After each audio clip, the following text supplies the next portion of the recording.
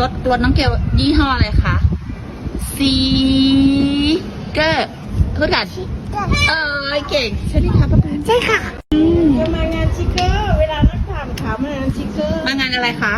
รถน้องเกลยี่ห้ออะไรคะซีเกอร์พูดกันเก่งวันนี้เป็นงานชิคเกอร์วันนี้เป็นงานชิคเกอร์พูดกัน